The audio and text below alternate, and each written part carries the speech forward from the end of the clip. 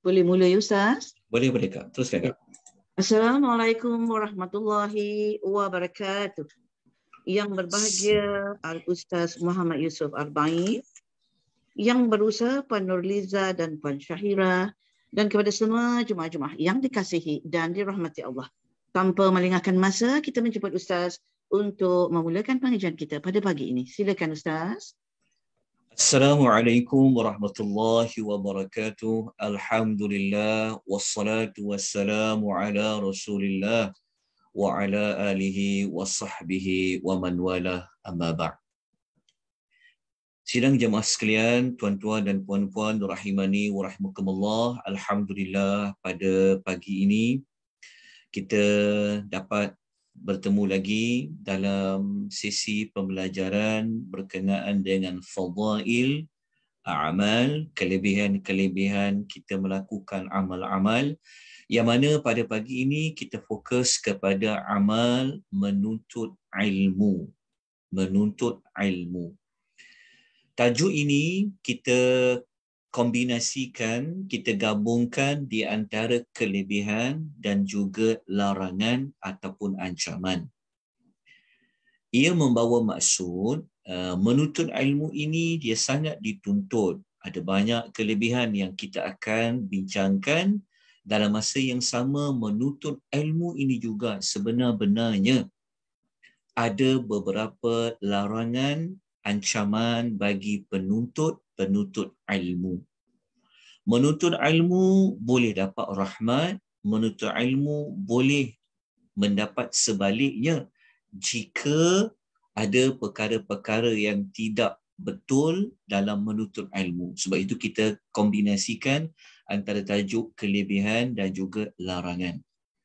Pagi ini insya-Allah kita akan memulakan dengan membincangkan tentang apakah kepentingan ilmu, keutamaan ilmu dari sudut ulasan para ulama salafus salih. Setelah itu baru kita masuk kepada tajuk kelebihan kita menuntut ilmu. Kemudian barulah kita akan bincangkan kepada beberapa larangan bagi penuntut ilmu. Dalam masa yang sama, kita akan bincangkan apakah itu yang dikatakan ilmu. Jadi kita mulakan pada pagi ini dengan tajuk kepentingan ilmu. Baru sebentar tadi saya ada mengedarkan nota yang saya akan paparkan di Zoom pada pagi ini. Jadi saya mohon maaf agak kelewatan memberikan nota, mungkin tak sempat untuk dicetak. Siapa-siapa yang ada printer di rumah tu mungkin dia sempat cetak lah. Sebab tu saya bagi masa 10 minit sebentar tadi untuk mencetak nota. Walau bagaimanapun tak apa, tuan-tuan boleh merujuk di skrin Zoom. Saya akan paparkan apa yang kita akan bincangkan pada pagi ini. Jadi kita mulakan dulu dengan tajuk kepentingan ilmu. Okey, kita pergi bincang tajuk kepentingan ilmu. Okey, saya paparkan ulasan daripada sahabat Nabi SAW, namanya adalah Muaz bin Jabal radhiyallahu anhu. Okey, mari kita sama-sama memahami, kita menghayati, kita mengambil hikmah, kita mengambil teladan pelajaran daripada kata-kata Muaz bin Jabal radhiyallahu anhu. Saya terus kepada terjemahannya. Dalam masa yang sama, saya akan bacakan apa yang dikatakan oleh beliau dalam teks Arab dia. Baik. Muaz bin Jabal radhiyallahu anhu, beliau mengatakan, dia kata ta'allamul ilma. Dia kata pelajarilah ilmu pengetahuan. Fa inna ta'allumahu lillahi khasyatun. Dia kata belajarlah ilmu.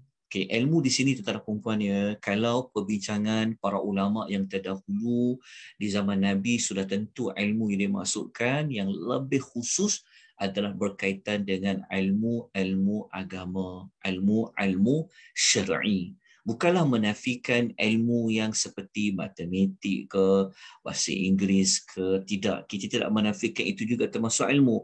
Tetapi kita sudah maklum konteks perbincangan ini kita merujuk khusus kepada ilmu syar'i. Okay. Kata Muaz bin Jabal, dia kata belajarlah ilmu. Kerana kalau kita belajar dia kerana Allah, itu adalah tanda kita takut kepada dia.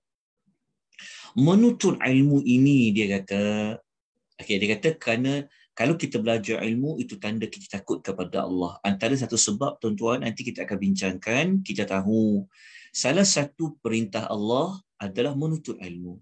Jadi kita jangan lupa, bukan sekadar kita solat, bukan sekadar kita puasa semata-mata, tetapi ada di antara kewajiban dalam hidup kita adalah menuntut ilmu. Jadi kalau kita menuntut ilmu ni secara tak langsung itu tanda kita patuh kepada perintah Allah Subhanahu wa taala. Menuntut ilmu ini adalah satu ibadat.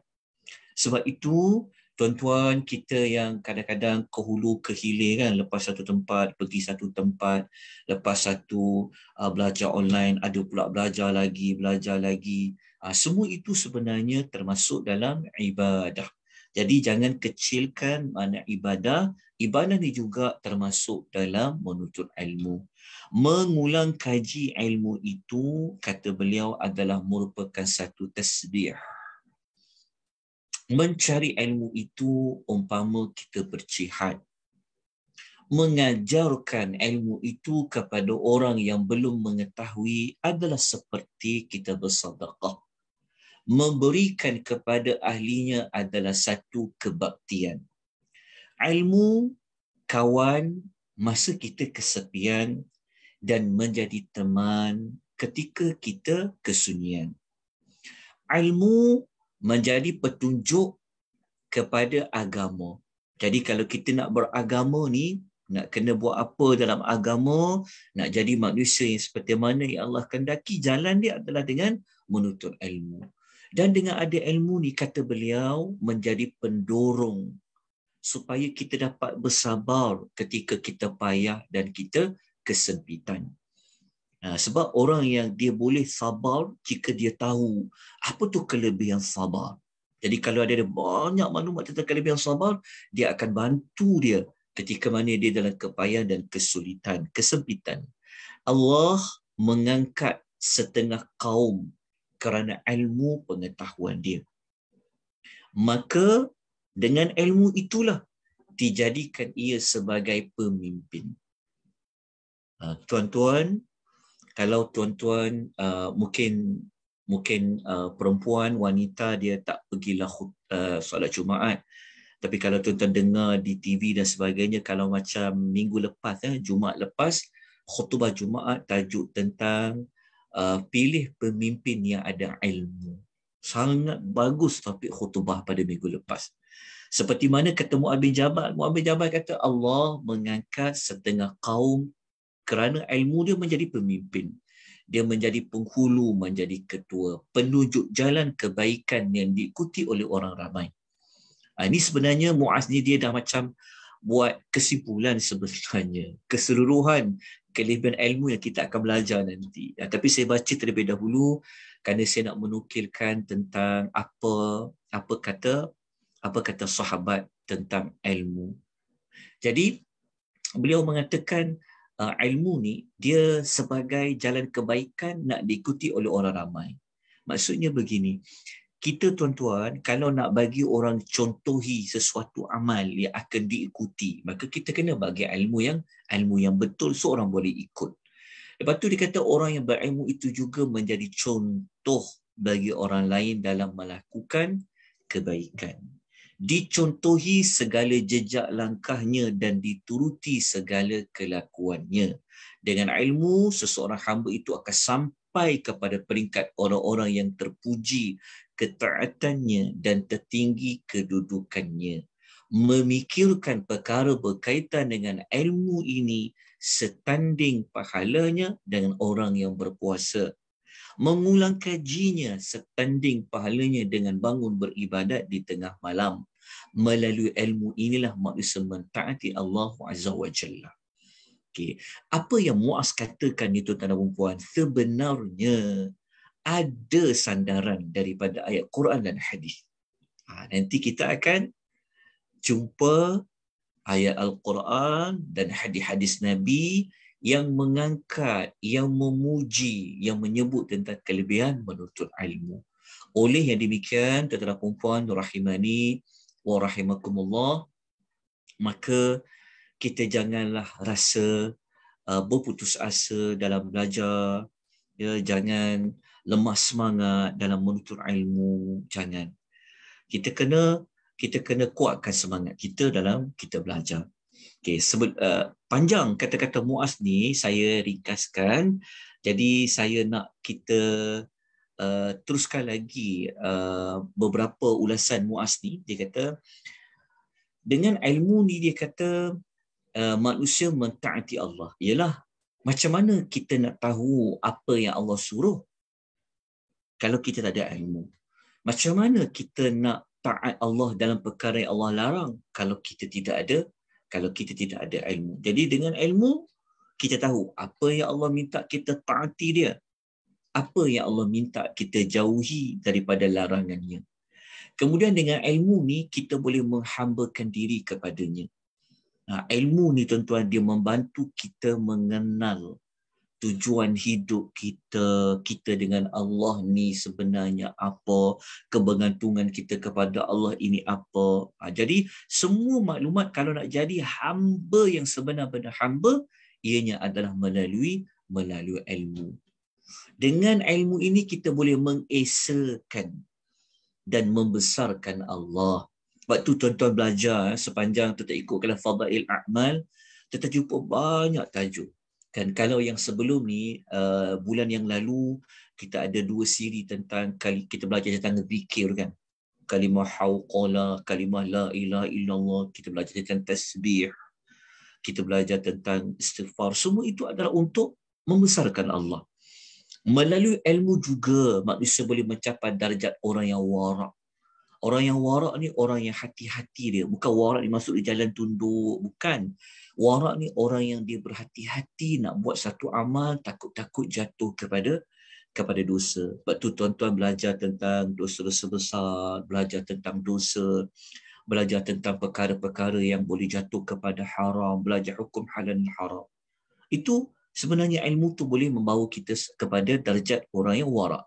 Dan dengan ilmu juga manusia akan menyambung silaturahim. Kita tahu betapa besarnya kedudukan silaturahim. Orang akan saling berlapang dada, memaafkan antara satu sama lain. Kerana apa? Kerana ada kelebihan dari sudut silaturahim. Melalui ilmu juga ia dapat membezakan halal dan haram. Ilmu ini diumpamakan sebagai pemimpin, manakala amalnya menjadi pengikut dia. Sebab itu kita ni kena belajar. Kita tidak mahu kita yang ada kemampuan, ada umur, ada waktu, ada wang ringgit, ada tenaga, ada masa Allah bagi, kita tak nak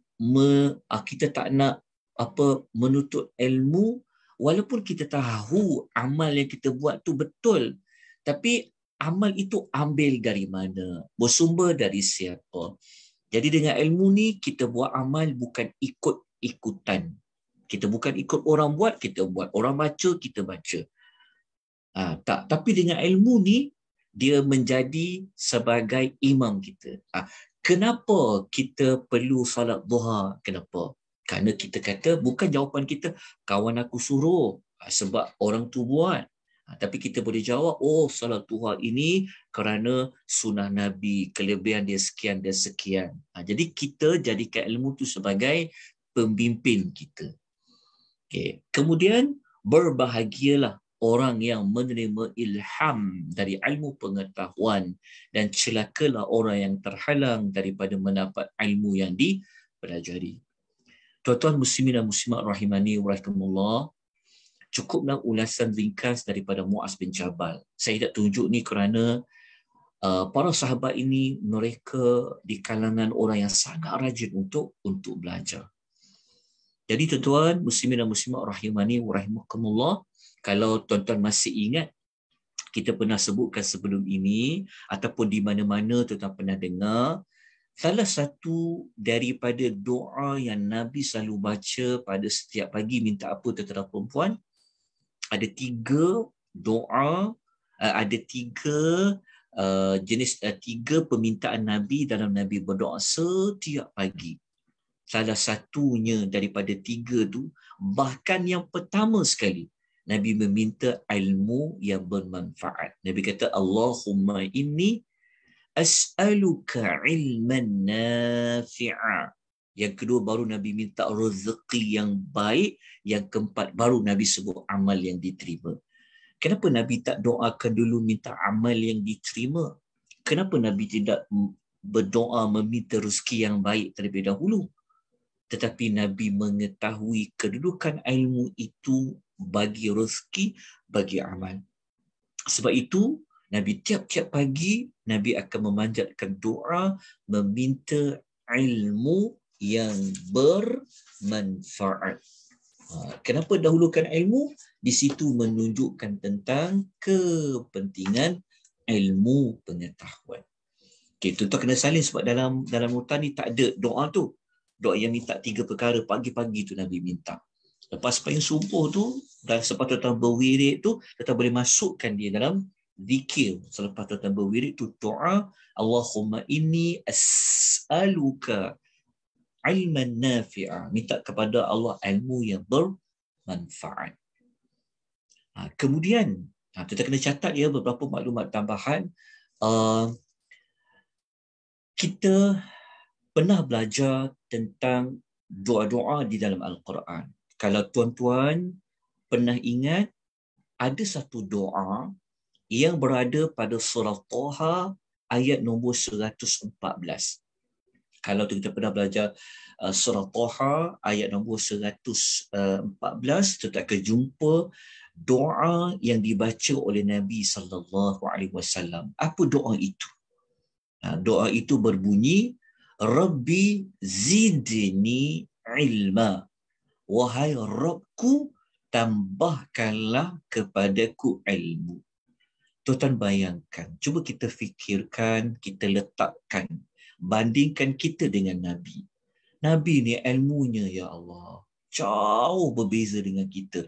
Tetapi Nabi tetap berdoa meminta supaya ditambahkan ilmu kepada beliau. Ini menunjukkan tentang kepentingan ilmu di dalam hidup kita sehari-harian. Okay. Saya nukilkan pula apa kata Abu Darda radhiyallahu anhu. Dia kata, li'an ata'allama mas'alatan. Jika aku dapat mempelajari suatu masalah, dia kata satu perkara, jika aku dapat mempelajari suatu perkara, maknanya dalam bab ilmu, dia kata ahabbu ilayya min qiyami lailatin, adalah lebih baik, lebih aku cintai daripada aku bangun beribadah sepanjang malam. Ini kata Abu Darda, seorang sahabat Nabi. Kalau tuan-tuan baca sejarah Abu Darda ni kuat ibadat dia. Kuat ibadat dia sampai Nabi pernah tegur cara dia beribadat. Cara dia beribadat sehingga kan dia pernah mengabaikan hak isteri dia, hak dia bersama isteri dia dengan keluarga dia. Sebenarnya dia ni kuat ibadat. Tapi dalam kata-kata ni dia sendiri cakap, dia kata kalau aku dapat belajar sesuatu masalah ni, kalau aku dapat belajar suatu isu, dia kata lebih aku cintai daripada aku bangun beribadat sepanjang malam. Lepas tu kata Abu Darda lagi, dia kata al-alimu, orang yang alim, wal mu'allamu, dan orang yang menuntut ilmu, syarikani fil khairi, 2 orang yang berkongsi di dalam kebaikan. Tanda orang yang Allah nak bagi kebaikan kepada dia ada pada ilmu. Orang yang menyampaikan, orang yang mengikuti, orang yang belajar, orang yang mengajar, dua-dua itu berkongsi dalam mendapat kebaikan. Wasairun nasi hamajun la khaira fihim. Sementara orang-orang yang bukan belajar dan bukan mengajar adalah sia-sia belaka, tidak berguna sama sekali. Maknanya, kata Abu Darda ni, kalau ada orang dia tak nak belajar, dia ada ilmu tapi dia tak nak mengajar, orang itu sebenarnya adalah sia-sia. Tetapi orang yang belajar, orang yang mengajar, dia berada di dalam kebaikan. Kalau tuan-tuan pernah mengingati, ni kalau saya sebut ni, yang ni dia tak ada nota lah. Kalau saya tak paparkan di screen Zoom ni, maknanya maklumat tu tak ada nota. Dia kena catat lah. Okey, tuan-tuan, kalau mudahnya macam ni, kalau tuan-tuan ada kitab Riyadhus Salihin, kalau tuan-tuan ada kitab Riyadhus Salihin, tuan-tuan boleh buka satu bab. Bab nombor 241, bab yang ke-241, kita akan jumpa tajuk keutamaan ilmu. So saya dalam nota ni, saya ada di antaranya sama dengan kitab Al-Salihin, ada di antaranya yang tiada lah.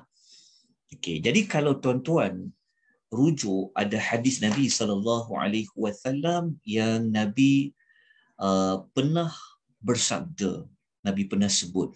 Nabi kata, "May yuridillahu bihi khaira yufaqihu fid-din."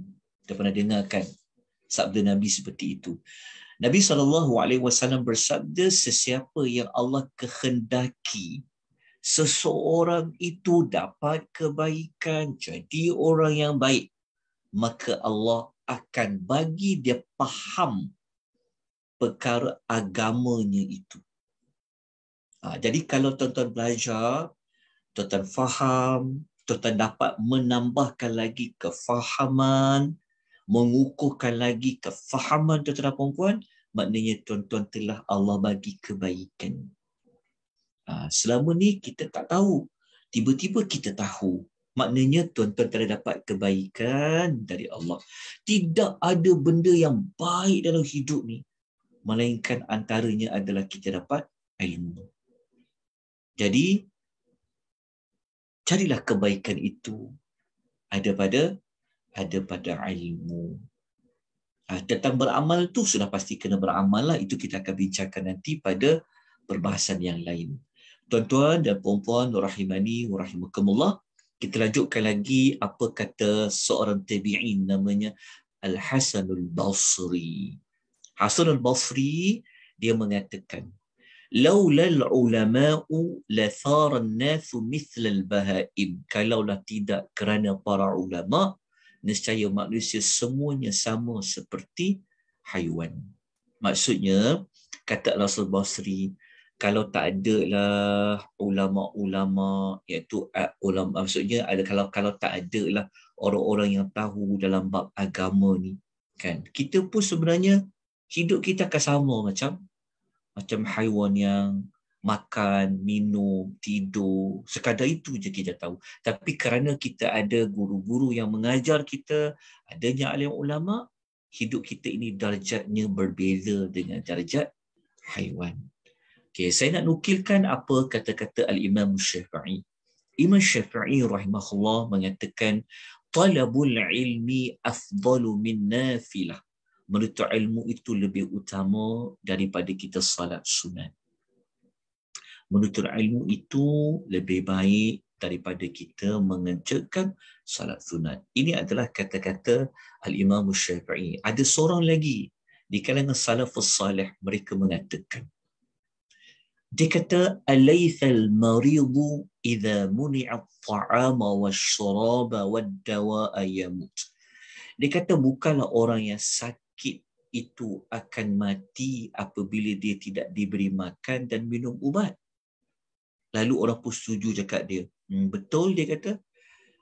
Tapi dia berkata, begitulah juga dengan hati. Maksudnya kata Fatah Al-Musili, dia kata bukanlah orang yang sakit tu boleh mati kalau dia tak makan atau dia tak minum ubat. Tetapi kata beliau, orang yang begitu juga dengan hati. Dia kata, Jika hati itu tak diberikan hikmah, tak diberikan pengetahuan selama 3 hari, maka hati itu pun akan mati. Maknanya beliau nak menyamakan bahawasanya bukanlah tak dapat makan tu kita akan mati sahaja, mati yang seperti kita faham, bukan orang yang sakit tu tak bagi ubat dia mati, tapi sebenarnya hati kita ni pun kalau tak dimasukkan ilmu, tak dimasukkan hikmah, maka hati kita pun boleh menjadi mati. Okey, ini saya mulakan dengan menyebut kata-kata para ulama salafus salih yang mereka menyebut tentang kepentingan ilmu. Ini kata-kata beliau ni, kata-kata mereka ni tuan-tuan dan puan akan dapati apa yang mereka katakan sebenarnya ada di dalam ayat Al-Quran dan juga di dalam hadis-hadis Nabi SAW. Jadi kita terus pergi kepada tajuk kelebihan menuntut ilmu.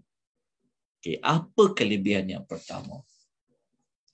Kelebihan yang pertama adalah menuntut ilmu ini merupakan satu kewajiban bagi setiap Muslim.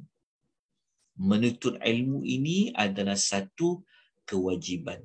Ini bermakna kalau kita berusaha memahami agama kita, kita berusaha memahami apa yang Allah perintahkan, apa yang Allah larangkan kepada kita, kita memahami apakah ketaatan yang kita boleh buat, kita belajar tentang macam mana nak dekatkan diri kepada Allah, itu semua termasuk di dalam kewajiban. Jadi secara tak langsung, orang yang menuntut ilmu ni sebenarnya dia telah memenuhi titah dan perintah yang mewajibkan seseorang itu menuntut ilmu. Dalilnya ada di dalam hadis riwayat Ibnu Majah. Sabda Nabi SAW, talabul ilmi faridatun ala kulli muslim. Menuntut ilmu itu wajib, faridah, fardu'ain, fardu di atas setiap Muslim. Hadis sahih riwayat Abu Daud. Persoalannya adalah ilmu yang mana satu wajib setiap Muslim ini belajar. Itu isu yang utama. Ilmu yang mana? Ilmu tentang belajar Quran ke, belajar fiqh ke, belajar tentang apa? Belajar tentang tauhid ke, belajar tentang muamalat ke. Okey, maka yang layak untuk menjawab adalah para ulama yang boleh kita rujuk, antaranya adalah Al-Imamu Al-Ghazali rahimahullah. Jadi saya ambil petikan ulasan daripada Al-Imam Al-Ghazali, yang mana kata-kata Imam Al-Ghazali ini rahimahullah, dia berada dalam satu kitab yang utama. Kita tahu kitab Imam Al-Ghazali utama adalah Ihya Ulumuddin. Kitab Ihya Ulumuddin ni tuan-tuan dan puan-puan ya, kitab Ihya Ulumuddin ni, kitab ni ada di kalangan para ulama yang membuat ringkasan. Sebab kitab tu panjang, kitab tu dia berjilid-jilid. Tapi ada ulama dia usaha untuk membuat ringkasan. Jadi ringkasan daripada kitab Ihya Ulumuddin tu, salah satu ulama yang meringkaskan kitab Ihya Ulumuddin, beliau adalah Syekh Jamaluddin Al-Qasimi rahimahullahu ta'ala alaih, yang kitab ringkasan Ihya Ulumuddin itu dinamakan dengan Mau'izah Al-Mu'minin min Ihya Ulumuddin. Kalau tuan-tuan baca terjemahan kitab ni, maksud dia begini, nama tajuk kitab tu adalah Mau'izah, peringatan bagi orang-orang yang beriman, yang diambil daripada kitab Ihya Okay. Dalam kitab Ihya Ulumuddin ini, Al-Imam Al-Ghazali memberikan pengertian apa itu ilmu fardu ain. Yang hadis kata kita wajib setiap Muslim ini menuntut ilmu itu satu kefarduan. Ilmu apa? Sudah pastilah ilmu syar'i. Kita tengok apa maksud ilmu yang fardu ain tu, ilmu yang macam mana yang dikatakan fardu ain. Okay, beliau mengatakan begini. Ilmu yang fardu ain ini ialah, kita ambil terus kepada terjemahannya. Okay, kalau kita baca bahasa Arabnya dikata ilmu yang fardu ain ini adalah ma yudraku bihi tauhidu wa yu'lamu bihi dzatullahi ta'ala wa sifatuhu. Dia kata ilmu yang setiap pada kita wajib belajar, dia kata ilmu yang membawa kepada mengenal tauhid. Ilmu yang membawa kita kepada mengesakan Allah. Yang mana dengan mempelajari ilmu tauhid ini dapatlah kita mengetahui tentang zat Allah dan sifat-sifatnya. Okay, maknanya ilmu yang mengenalkan kita kepada Allah. Ilmu tentang Asma'ul Husna, antara yang fardu ain kita belajar. Ilmu tauhid tu termasuklah macam ni kita nak mengesakan Allah, jalan dia dengan kita belajar nama, dengan kita belajar sifat-sifatnya. Kemudian Al-Imam Al-Ghazali dia kata, tentang sekejap rupanya saya nak cas saya punya laptop saya sekejap .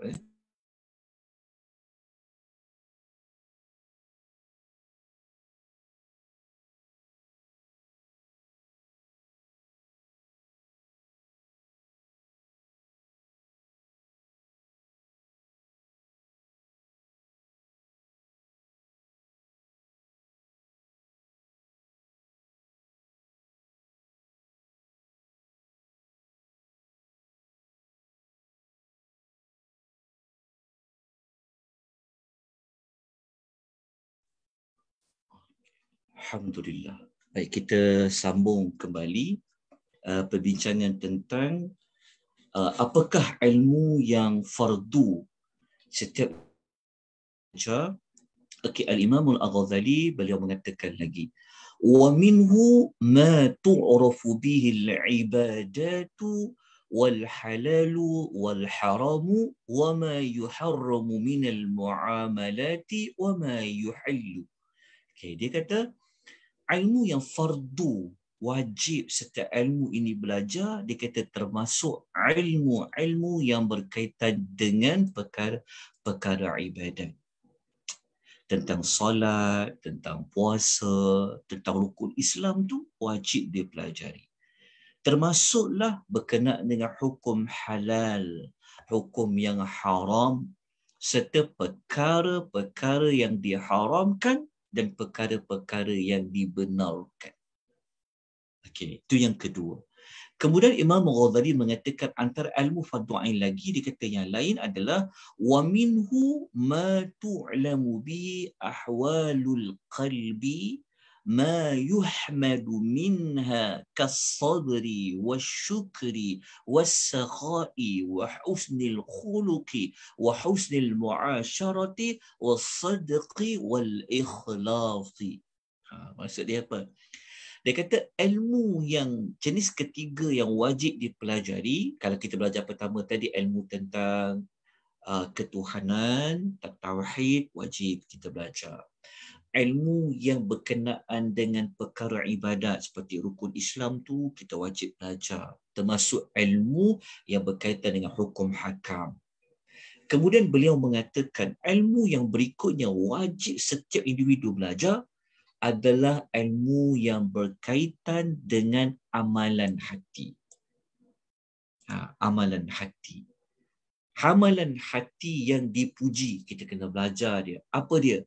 Seperti sabar, syukur, bermurah hati, berakhlak mulia, pergaulan yang baik, berkata benar, ikhlas, dia kata.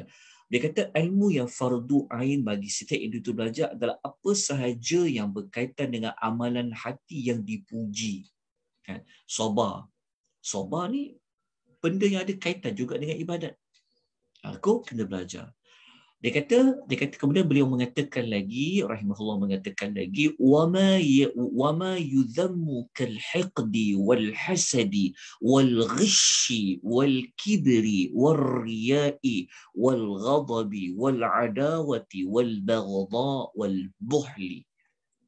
Dia kata begitu juga ilmu berkenaan dengan sifat amalan hati yang dikeji. Bukan sekadar amalan hati yang dipuji je kita kena belajar, tetapi perbuatan sifat yang dikeji pun kita kena belajar. Sifat seperti apa? Macam mana sifat larangan membalas dendam, dengki, menipu, sombong, riya, marah, bermusuhan, saling membenci dan bakhil. Lepas tu beliau membuatkan kesimpulan dia. Dia kata fama'rifatu ma tuktasabu bihil ula wa ma tujtanabu bihi thaniyatu fardu 'ainin ka tashihil mu'taqadat wal ibadat wal muamalat. Okeylah, kita bagi betul bahasa Melayu yang mudah. Okey. Maka dia kata maka mengetahui tentang perkara yang pertama iaitu sifat yang terpuji dan menjauhi perkara yang kedua sifat yang dikeji merupakan fardun ain sebagaimana memperbaiki akidah, ibadah dan muamalat. Muamalat ni hubungan sesama manusia termasuklah bab-bab hukum halal dan haram. Maknanya kalau kita gabungkan ada bab cerita tentang akidah, cerita bab ibadah, ada bab tentang muamalah, juga termasuklah dari sudut penyucian jiwa.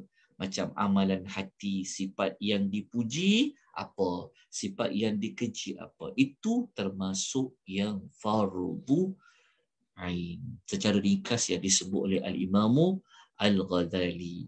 Namun begitu, saya nak nukilkan apalah selain pada Imam Ghazali, ulasan oleh Ahmad bin Qudamah Al-Maqdisi. Maknanya Ibnu Qudamah Al-Maqdisi. Okey, dalam kitab Mukhtasar Minhaj Al-Qasidin, beliau mengatakan pendapat yang sahih mengenai ilmu yang wajib dituntut ialah ilmu mengenai hubungan seseorang hamba dengan Tuhannya.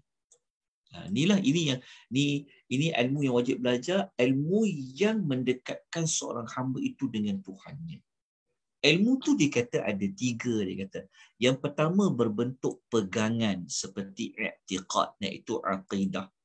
Ada ilmu yang berbentuk perbuatan seperti melakukan apa yang Allah perintahkan, meninggalkan apa yang Allah larang.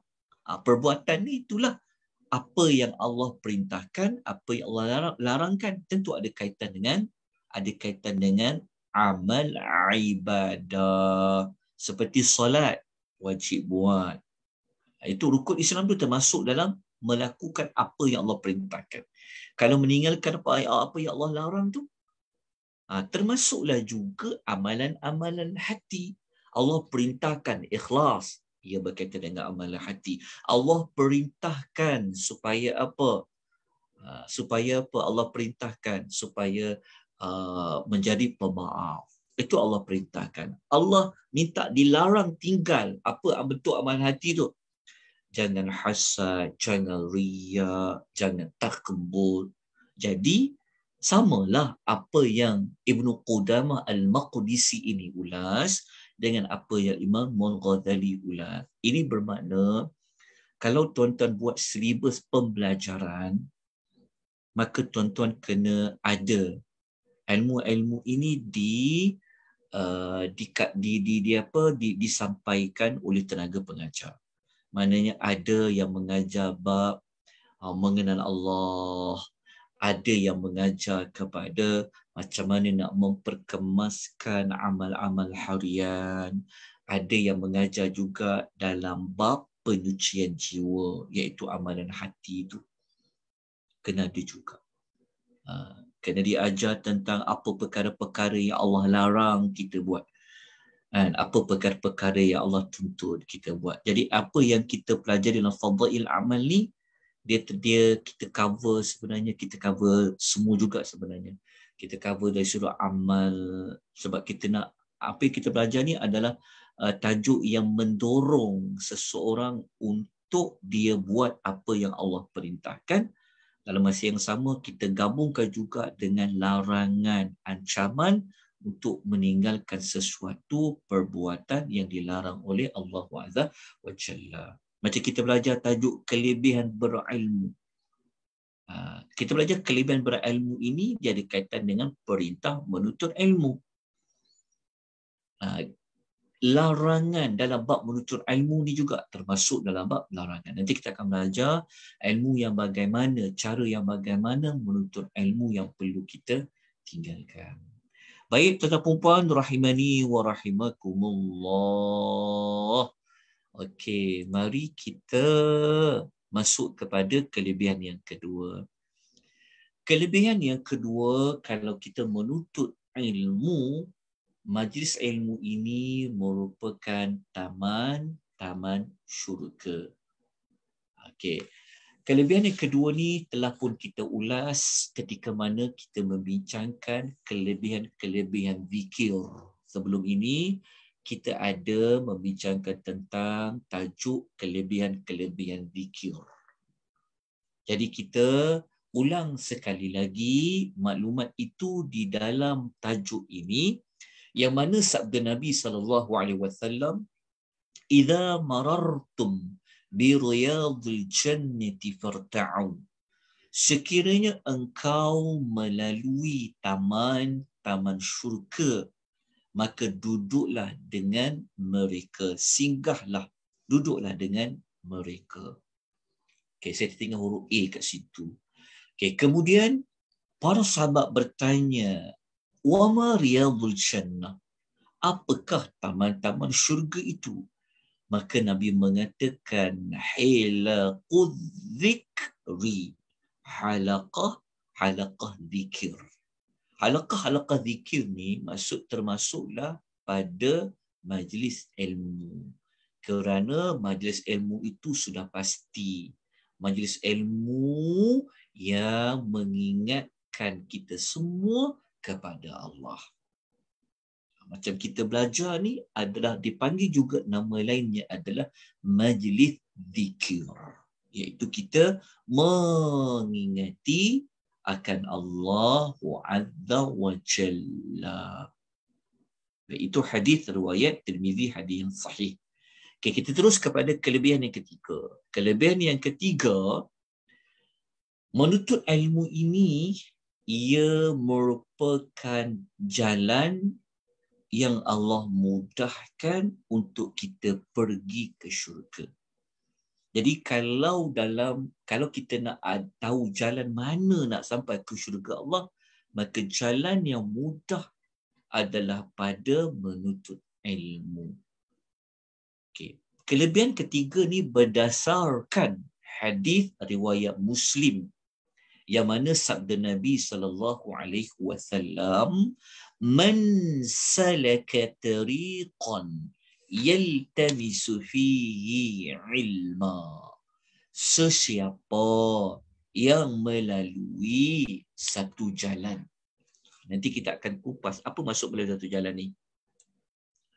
Sesiapa yang melalui satu jalan untuk dia mencari ilmu, sahhalallahu lahu bihi tariqan ilal jannah.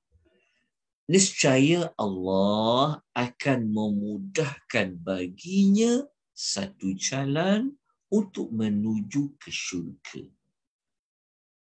Okay. Berdasarkan hadis ni kita dapat kelebihan dia apa? Memudahkan baginya satu jalan nak pergi syurga. Melalui majlis ilmu, kita berusaha melalui satu jalan nak dapatkan sesuatu ilmu, maka Allah pun akan buatkan kita satu jalan yang mudah untuk menuju syurga. Apa maksud melalui satu jalan untuk menuntut ilmu? Saya nukilkan ulatan yang dibuat oleh Al-Hafiz Ibn Rajab Al-Hambali. Al-Hafiz Ibn Rajab Al-Hambali. Beliau memberikan ulatan apa maksud melalui satu jalan menuntut ilmu ini. Pertama, pengertian yang pertama dia kata adalah sulukut tariqil haqiqi. Dia kata melalui satu jalan tu maksudnya memang jalan yang sebenar-benar jalan, iaitu wahwal. Dia kata wahwal mashyu bil aqdami ila al majalithil ulama. Dia kata maksud pertama melalui satu jalan tu, dia kata memang jalan lah, jalan raya, jalan yang kita lalu nak pergi ke majlis-majlis ulama seperti mana kita berjalan kaki. Contohnya, Persatuan Wanita Islam Malaysia menganjurkan majlis ilmu yang bertempat di rumah sekian di Shah Alam. Contoh, kan, section 13 ada satu tempat ada diajukan majlis ilmu. Jadi kita yang start kereta, naik motor, naik kenderaan nak pergi ke tempat itu, inilah makna pertama yang dikatakan melalui satu jalan. Satu jalan tu janganlah kita faham tak boleh ambil jalan lain, jalan kanan je. Bukan. Maksudnya mana-mana jalan lah. Boleh datang ke belah utara, boleh datang dari sudut selatan. Janji sampai dekat tempat yang dilakukan kelas yang dianjurkan. Contoh. Itu maksud pertama. Maksud yang kedua, melalui satu jalan tu dia merujuk kepada kaedah belajar. Kaedah belajar yang mana kata Ibn Rajab, dia kata makna kedua, dia kata apa? Wa yudkhulu fihi suluqut turuqi al-ma'nawiyyati al-muaddiyati ila husulil ilm. Dia kata melalui pelbagai jalan tu maknanya jalan yang maknawi. Jalan makna yang tersiratnya maksudnya adalah apa saja yang membawa kepada dapatnya ilmu. Seperti mana apa? Mislu hafzihi, seperti dia menghafal. Wa dirasatihi, dia belajar, dia mengkajinya. Wa mudzakaratihi, dia buat discussion, dia berbincang. Wa mutala'atihi, dia mengulang kajinya. Wa kitabatihi, dia menulisnya. Apa lagi? Wa tafahumi lahu, dia berusaha memahaminya. Maksud melalui satu jalan tu, maksud dia apa? Maksud dia adalah pada cara pula. Maksud kedua adalah pada cara dia mendapatkan ilmu.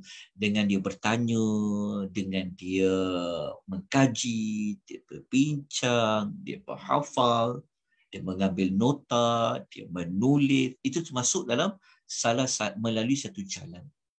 Lepas tu bila mengatakan wa nahwi dzalika min at-turuqil ma'nawiyyati allati yutawassalu biha ila al-ilmi. Dia kata dan lain-lain jalan sama sepertinya yang menjadi sebab kepada dapat ilmu. Ini penting. Yang menjadi sebab kepada mendapat ilmu. Macam kita mengaji online. Mengaji online ini adalah sebab kepada nak dapat ilmu. Walaupun ada yang duduk kat utara, ada yang berada di selatan, ada yang berada di timur, kan? Dia berada kat mana pun, tetapi apa sahaja jalan membawa kepada dapatnya ilmu itu, dia termasuk dalam makna melalui satu jalan. Itu maksud dia. Sama ada belajar secara bersemuka atau belajar secara di atas talian. Ia termasuk di antara sebab kepada mendapat ilmu. Termasuklah juga kita membaca buku, bertanya dan sebagainya. Baik, sekarang kita pergi kepada makna hadis. Apa maksud Allah memudahkan baginya satu jalan ke syurga tu? Okey, makna yang pertama, kata Ibn Rajab, maknanya adalah annallaha yusahhilu lahu al-ilma alladhi talabahu wa salaka tariqahu wa yuyassiruhu alaihi. Dia kata sesungguhnya Allah telah mudahkan untuknya ilmu yang telah dia belajar dan memudahkan melalui jalan itu. Maksud dia Allah memudahkan jalan ke syurga ni, maksud dia begini, maksud dia kan ilmu yang kita belajar tadi kan ilmu yang membawa kita kepada mengetahui Allah itu siapa, apa yang kita kena buat terhadap Allah, apa yang perlu kita tinggal kepada Allah.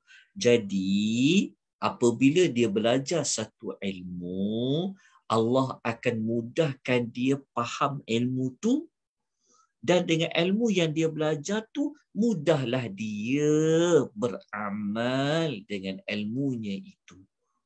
Jadi kalau dia beramal dengan ilmunya itu, sudah pasti amalan dia itulah yang membawa dia kepada syurga. Okay, jelas tak maksud Allah memudahkan jalannya ke syurga? Maksud yang pertama, Allah mudahkan dia belajar, dia mudah faham, dia faham. Lepas tu, Allah mudahkan dia untuk dia amal apa yang dia belajar. Itu maksud yang pertama. So, kalau dia amalkan apa yang dia belajar, maka amalan itulah yang akan membawa dia ke syurga. Okay. Makna yang kedua, kita ambil makna yang kedua. Okay. Makna yang kedua,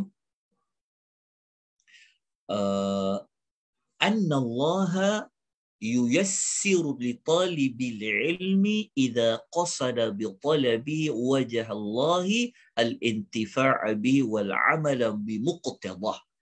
Dia kata Allah akan memudahkan penuntut ilmu itu mendapat manfaat dengan ilmunya dan beramal dengan ilmunya apabila dia berniat mempelajarinya kerana Allah. Okey.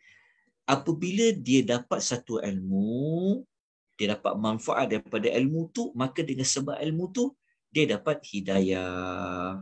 Yang ini dikaitkan dengan orang yang sebelum ni, dia tak tahu. Tapi kerana dia membaca, dia mengkaji, Allah bagi manfaat pada kajian dia tadi tu, dia pun dapatlah hidayah. Apabila dapat hidayah, maka hidayah dia tadi itulah hidayah yang membawa dia masuk ke dalam syurga. Okey, makna yang ketiga kata para ulama adalah merujuk peristiwa di hari akhirat nanti.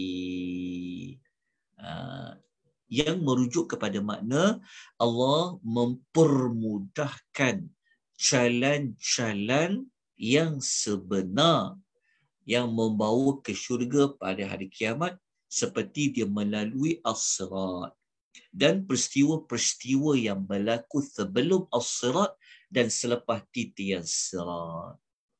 Maknanya ketiga ni memang merujuk kepada ganjaran pahala yang Allah bagi kepada orang menuntut ilmu. Dengan usaha dia belajar siang, malam, pagi, petang kan, ke hulu, ke hilir dia belajar. Semua itu sebenarnya antara ganjaran yang akan memudahkan orang itu untuk dia melalui jalan. Di akhirat tu memang nanti akan ada jalan. Jalan nak ke syurga ni lalu ikut jalan mana. Jadi nak ke syurga ni mestilah kena melintasi titian sirat. Jadi untuk lalu titian sirat, sebelum lalu titian sirat, maka dari hasil dia belajar tu, ganjaran-ganjaran yang Allah bagi tu membantu dia untuk memudahkan dia masuk ke dalam syurga. Jadi kalau kita gabung tiga-tiga ni sebenarnya penafsiran yang tepat, penafsiran yang baik untuk kita gabungkan. Maknanya kalau kita gabung ketiga-tiga pendapat ini, tiga-tiga ulasan ni, maknanya Allah memudahkan jalan menuju ke syurga.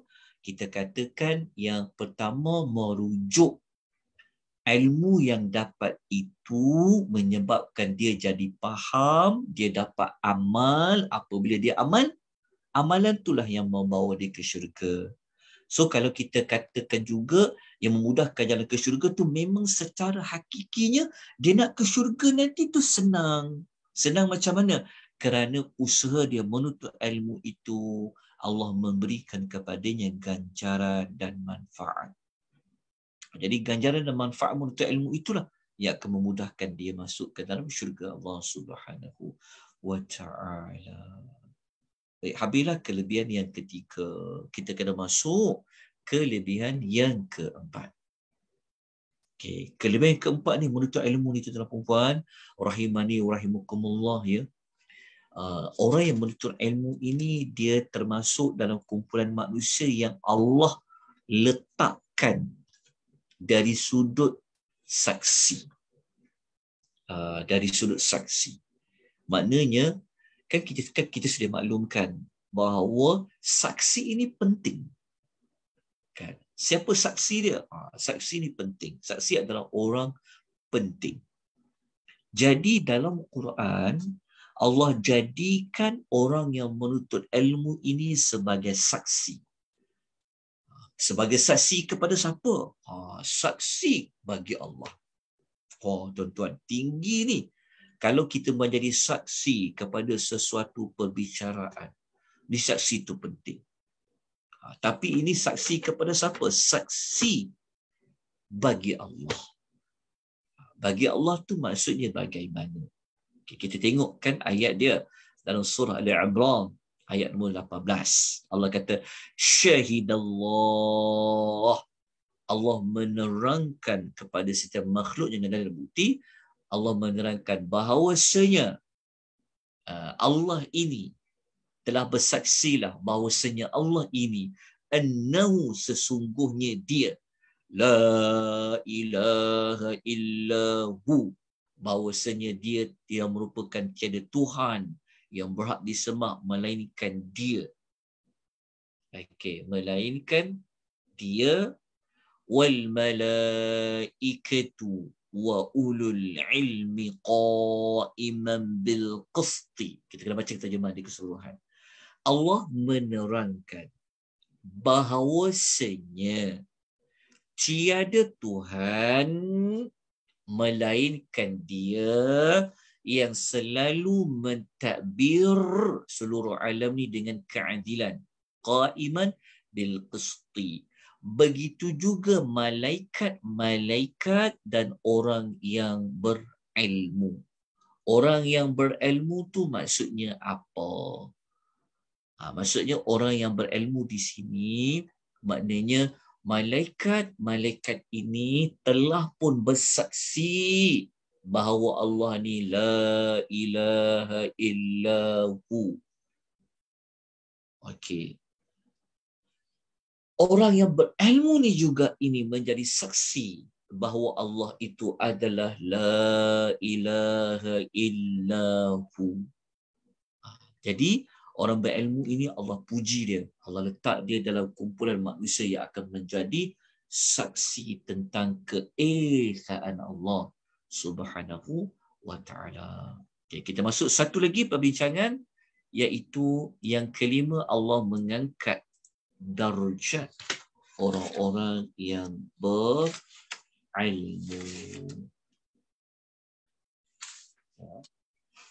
Okey, kita masuk yang kelima. Semua sekali yang saya letak dalam nota ada 9 ya. Ada 9 kelebihan menuntut ilmu. Tapi kita ambil pada yang ayat pada yang kelima ni. Yang kelima ni Allah Subhanahu wa ta'ala menyebutkan kelebihan orang yang berilmu ini merupakan pembeza di antara satu darjat kepada satu darjat. Jadi Allah mengangkat kedudukan orang-orang yang berilmu. Jadi yang membezakan kita dengan orang lain, antara yang Allah akan gunakan untuk mengangkat sesuatu darjat adalah pada ilmu yang dimiliki. Jadi Allah berfirman dalam suratul Mujadilah ayat nombor 11 ataupun Al-Mujadalah ayat nombor 11. Allah mengatakan yarfa'illahu alladhina amanu minkum walladhina utul ilma darajat. Allah meninggikan darjat orang yang beriman di kalangan kamu dan orang yang diberikan ilmu pengetahuan beberapa darjat. Jadi dekat sini kita dapat belajar tingginya seorang darjat seseorang hamba.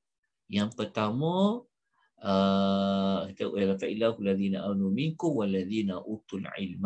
yang pertama Allah meninggikan darjat tengok kepada ciri keimanan dia. Begitu juga Allah meninggikan darjat antara seorang dengan seorang melihat kepada ilmu yang dia miliki. Orang yang diberikan ilmu pengetahuan. Allah meninggikan mereka ini beberapa darjat.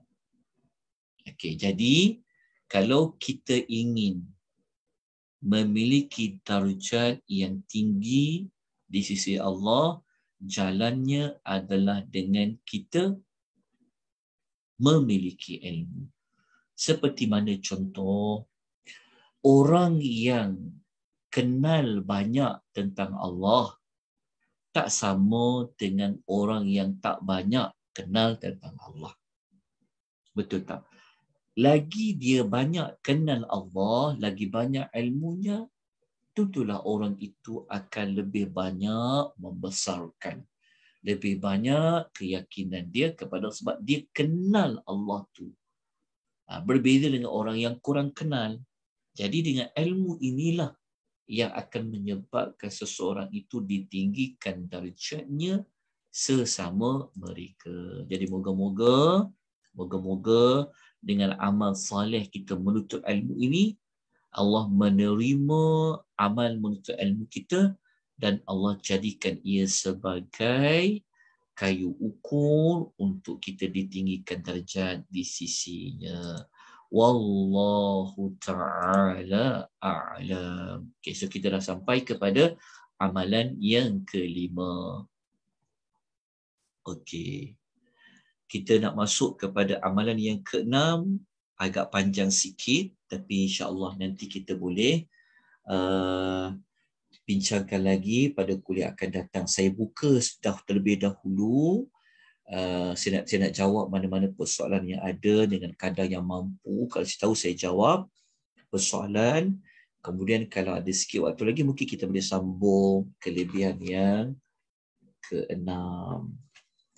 Baik, saya lihat dulu kalau ada mana-mana persoalan dan pertanyaan. Saya jawab sekejap dekat berguangan chat tu. Ada yang bertanya. Dia kata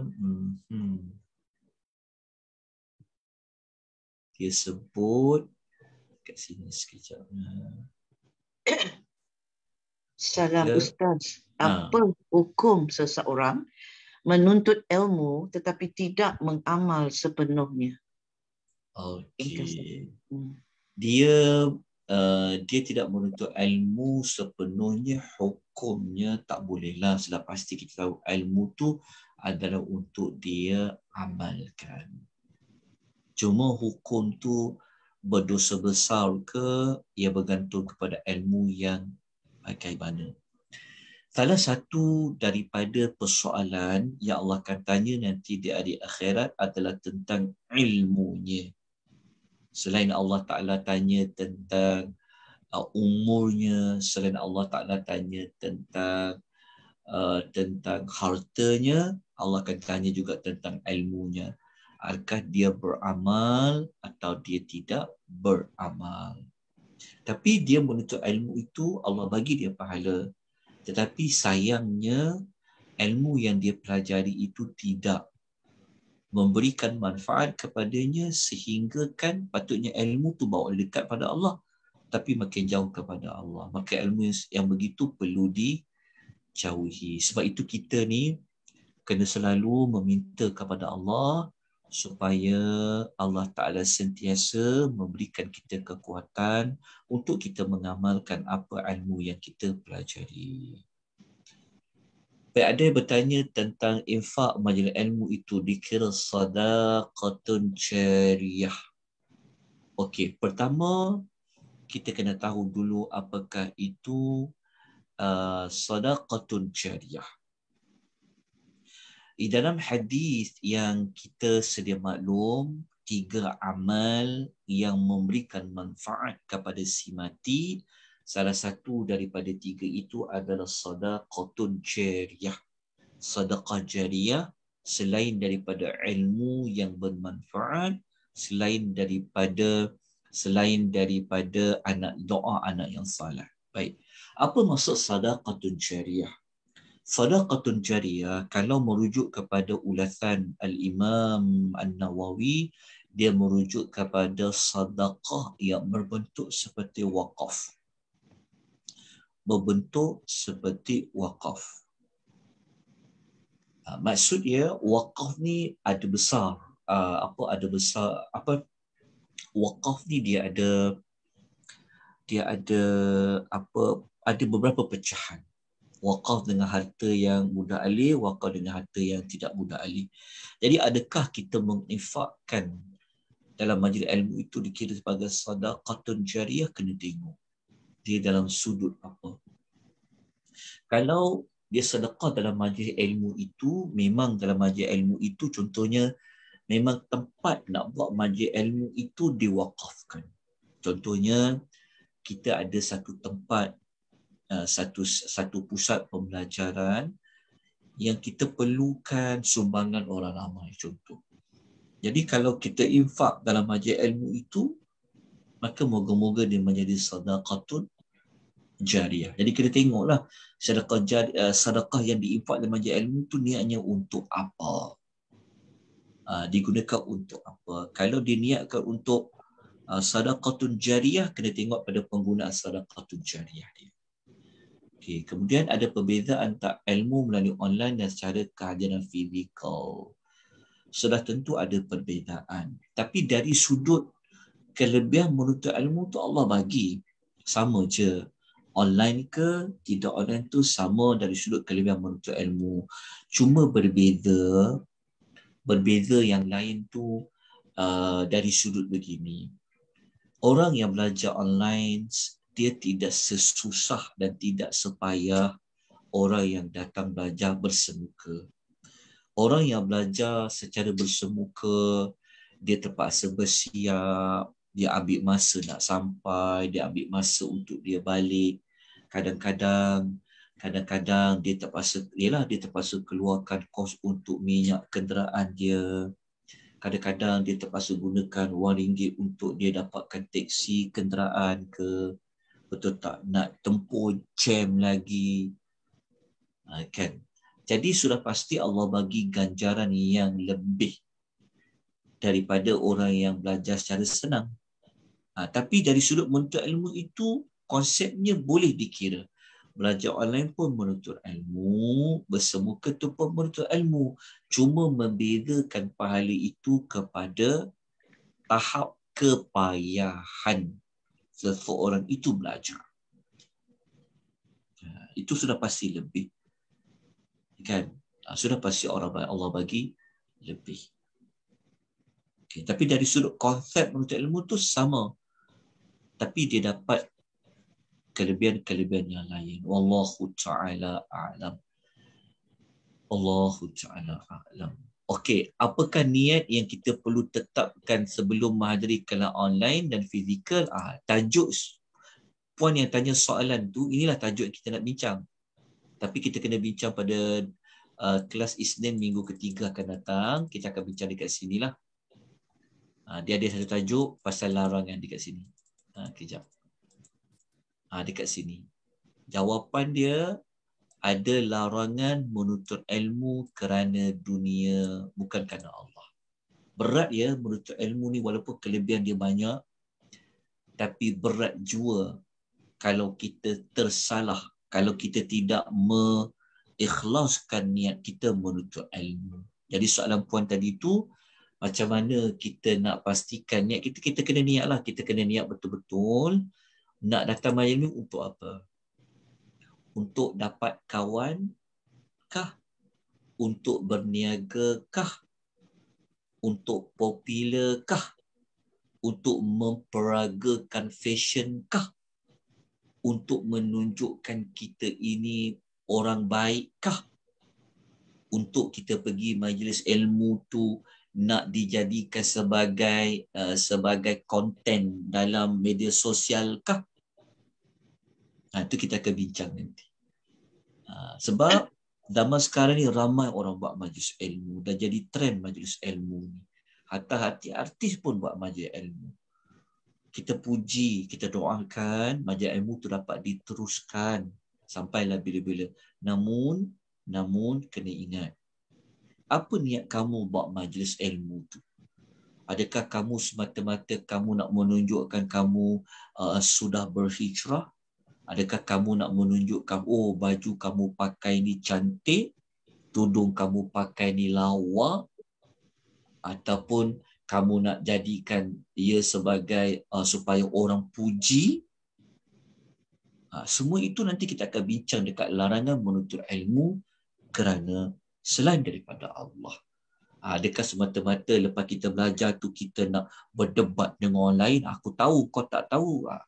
Adakah kerana itu, ataupun kerana kita nak lawan para ulama, ataupun sebab ada sebab-sebab dunia yang lain, ada urusan-urusan yang lain. Yang itu kita akan bincang nanti tentang hadis itu.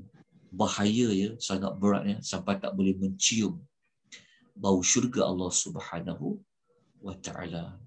Ini kita akan bincangkan. Sebab itu salah satu daripada sebab ya, kenapa banyak belajar majlis ilmu ni, pergi kudu kilir majlis ilmu ni, kadang-kadang sampai tertidur pergi majlis ilmu, penat kan, sebab kita belajar sampai 4 dan 5 kelas, tapi hati kita tak berubah, perangai tidak berubah, mulut masih lagi nak memperkatakan benda-benda yang kotor. Nampak tak? Jiwa kita tak dapat dibersihkan. Sebab apa? Sebab yang paling utama sekali niat sebenarnya. Niat. Niatnya untuk apa? Kalau dia niat memang untuk dia baiki diri dia, insya-Allah dia akan dapat. Nanti saya akan kongsikan jugalah apa dikatakan dengan ilmu itu. Tanya diri kita, selama kita belajar, ada orang belajar berpuluh-puluh tahun dia belajar. Tapi tanya, kamu semakin dekatkah dengan Allah? Semakin rajin salat ke? Semakin banyak berzikir ke? Semakin kamu tunduk ke? Semakin kamu semakin kamu menjaga aurat kamu ke? Semakin kamu bercakap baik ke? Jadi kalau tak ada perubahan, maknanya ada sesuatu yang salah pada niat kita, pada kita menganjurkan majlis ilmu. Sebab majlis ilmu ni dah jadi trend. Dah jadi trend dah. Kadang-kadang kan. Jadi kena hati-hati. Jangan nak mencari trending. Hati-hati. Sebab saya ada pengalaman, tuan-puan ya. Ada pengalaman mengajar beberapa grup. Selalu kita ingatkan. Ikhlas belajar ni. Ikhlas belajar. Mata-mata nak cari redha Allah. Baik. Nanti kita bincangkan. Baik. Ada soalan lain tuan perempuan? Ya. Ada soalan verbal ke daripada jemaah? Silakan. Jika tiada, saya tanya Ustaz ya. Ya. Ustaz, katalah ya kita menyebarkan untuk kuliah-kuliah ni, dan ada sahabat-sahabat ke dan saudara-saudara ke, yalah antara kita lah ya, ini buka kepada semua lah. Jadi kita memujuk untuk join, kata contoh Ustaz. Tetapi ada sahabat-sahabat ke sesiapa yang mungkin tidak terbuka lagi untuk join kelas kita, kan Ustaz? Betul. Minta maaf kalau saya tanya soalan ni. Adakah mereka berdosa Ustaz jika mereka tidak maksudnya dia free, very very free, just watching TV ke drama-drama. Jadi saya bukan nak apa, susah nak cakap ni Ustaz, takut Ya. sahabat-sahabat jatuh kepada hukum berdosa tu Ustaz. Itu je soalan saya. Terima kasih Ustaz. Okey. Pertama, kita menyebarkan, mengajak, mengadakan majlis ilmu ni satu perbuatan yang terpuji. Moga-moga Allah menerima amal-amal kita, kerana dia termasuk di dalam bab kita watawassaw bil haq watawassaw bis sabr, kan, termasuk dalam amal ma'ruf. Okey.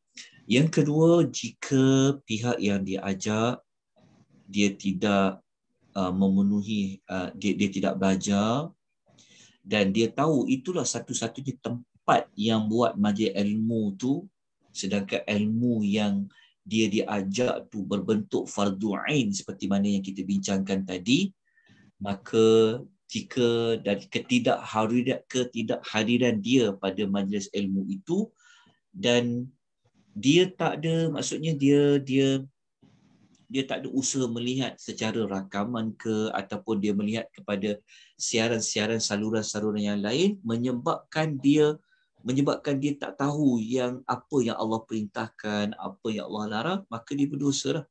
Kerana ia termasuk di dalam tuntutan untuk menuntut ilmu. Namun kena tengoklah, adakah hanya tempat itu sahaja yang ada menganjurkan majlis ilmu tu seperti itu.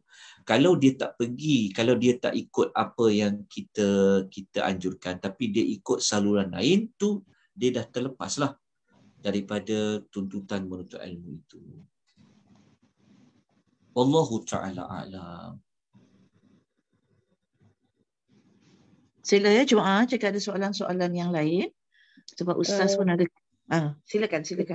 Ustaz, Assalamualaikum Ustaz. Waalaikumsalam warahmatullahi. Kadang-kadang kita belajar ni, kita kena tengok ustaz ataupun tenaga pengajar yang kita belajar tu.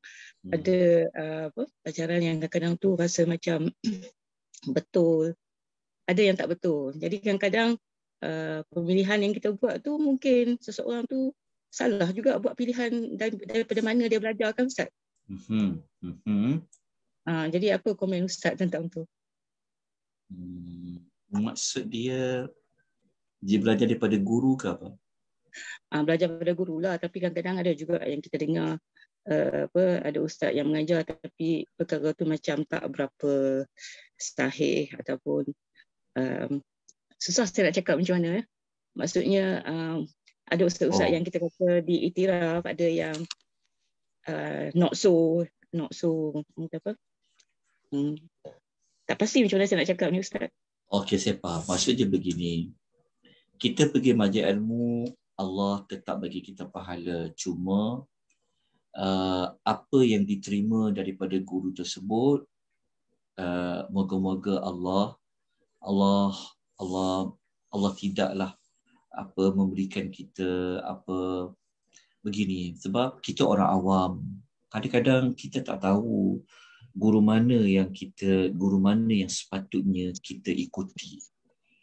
Kan kadang-kadang kita tak tahu guru ni bidang apa dia belajar, dia dulu belajar bidang apa.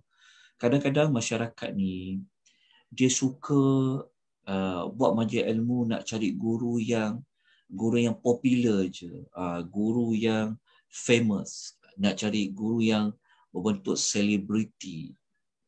Kadang-kadang perbuatan yang seperti itu kalau boleh kita tengok pada tempat dia.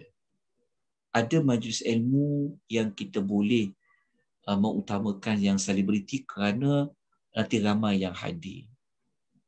Kita sebab tu kadang-kadang nak buat majlis ilmu tu kena tengok. Kita nak tengok ramai orang hadir ke? kita nak cari apa. Jadi penambahbaikannya apabila kita memilih guru, kita kena tengok bidang apa yang kita nak ajar, subjek apa yang kita nak belajar. Kalau dia bukan lulusan hadis contohnya, maka janganlah diberikan tanggungjawab mengajar pada bab hadis. Contoh begitu, nanti takut ada yang palsu. Namun begitu, moga-moga Allah memberikan kemaafan kepada kita disebabkan ketidaktahuan kita tentang latar belakang guru yang mengajar. Sepatutnya guru mengajar tu kena amanah. Guru yang mengajar tu sepatutnya dia yang kena amanah. Sebab pengalaman kita dapat jemputan mengajar ni, orang awam ni tak tahu apa-apa. Pihak perusahaan masjid ni dia tak tahu kita ni lulusan apa. Yang dia tahu, ustaz free tak? Dia kata. Ustaz boleh datang tak? Tu je. Susah. Setakat ni kita susah nak jumpa yang tanya, ustaz dulu mengaji latar belakang apa ya? Kami ni nak minta mengajar subjek akidah. Contoh. Boleh kami tahu latar belakang? Macam tu. Tapi ialah masyarakat ni segan lah kan. Segan kita nak penganjur tu, segan nak bertanya. Tapi selepas ini mungkin kita boleh tengoklah latar belakang. Mungkin kita boleh lihat kepada kelulusan tenaga pengajar. Tak semestinya dia belajar di luar negara, dia menguasai sebuah ilmu. Tak semua orang, especially dia sama. Jadi kalau kita tersalah memilih guru semua tu, moga-moga Allah memberikan pengampunan di atas ketidaktahuan kita. Tetapi setelah ditegur, dia bagi tahu guru yang kau belajar tu dia ni ajaran dia sesat contoh, ataupun guru yang kau ajar ni dia ni baca hadis palsu, tapi kita still lagi nak belajar dengan dia sebab minat sangat. Dia beragama ni jangan minat kerana minat sampai kita jadi terlupa tujuan asal kita ni apa. Tapi maksudnya kita kena tengok, aku ni nak belajar hadis tapi guru ni banyak hadis palsu ni. Kan ditegur oleh guru yang lain, maka kita elakkanlah. Tapi setelah dia bagi tahu masih lagi nak belajar, jadi kita bimbang, dia mendapat perkara yang salah, akhirnya membawa kepada kesesatan. Wallahu ta'ala a'lam. Okay, terima kasih Ustaz. Jazakumullah khair. Baik, kita berhenti setakat ni. InsyaAllah nanti 2 minggu lagi, minggu yang ketiga, kita sambung lagi amalan kelebihan yang ke-6, ke-7 sampai ke-9. Kalau sempat nanti kita bincang tentang larangan dari sudut menuntut ilmu pada nota yang maklumat ada yang saya letakkan di dalam nota yang ada di tangan tuan-tuan perempuan. Jadi saya minta maaf banyak-banyak ya jika ada mana-mana jawapan yang saya sampaikan ini tidak memenuhi keperluan tuan-tuan perempuan. Kalau yang mendengar, yang mengikuti apa yang saya sampaikan ini secara langsung dan secara rakaman, kalau saya ada tersalah, telah memberikan maklumat, tersalah memberikan jawapan, saya mohon jasa baik tuan-tuan perempuan kalau boleh berilah teguran kepada saya, ya, sebab maklumat ni kita akan hebahkan, kita akan sebarkan. Jadi saya bukanlah seorang yang banyak ilmunya, saya cuma sampaikan dengan kadar sedikit ilmu yang Allah bagi tahu. Jadi kalau ada tersalah, tersilap, saya mohon diberikan teguran dan saya bersedia untuk memperbaiki apa yang saya sampaikan. Jadi kita ucapkan jazakumullahu khair kepada pihak penganjur kita, pihak Persatuan Wanita Islam Prihatin atau penganjuran majlis ilmu kita pada pagi ini. InsyaAllah kita jumpa lagi pada 2 minggu yang akan datang. Aqulu qawli hadza wa astaghfirullahal azim wa billahi taufiq wal hidayah. Wassalamualaikum warahmatullahi wabarakatuh. Jazakumullah Ustaz. Terima kasih semua.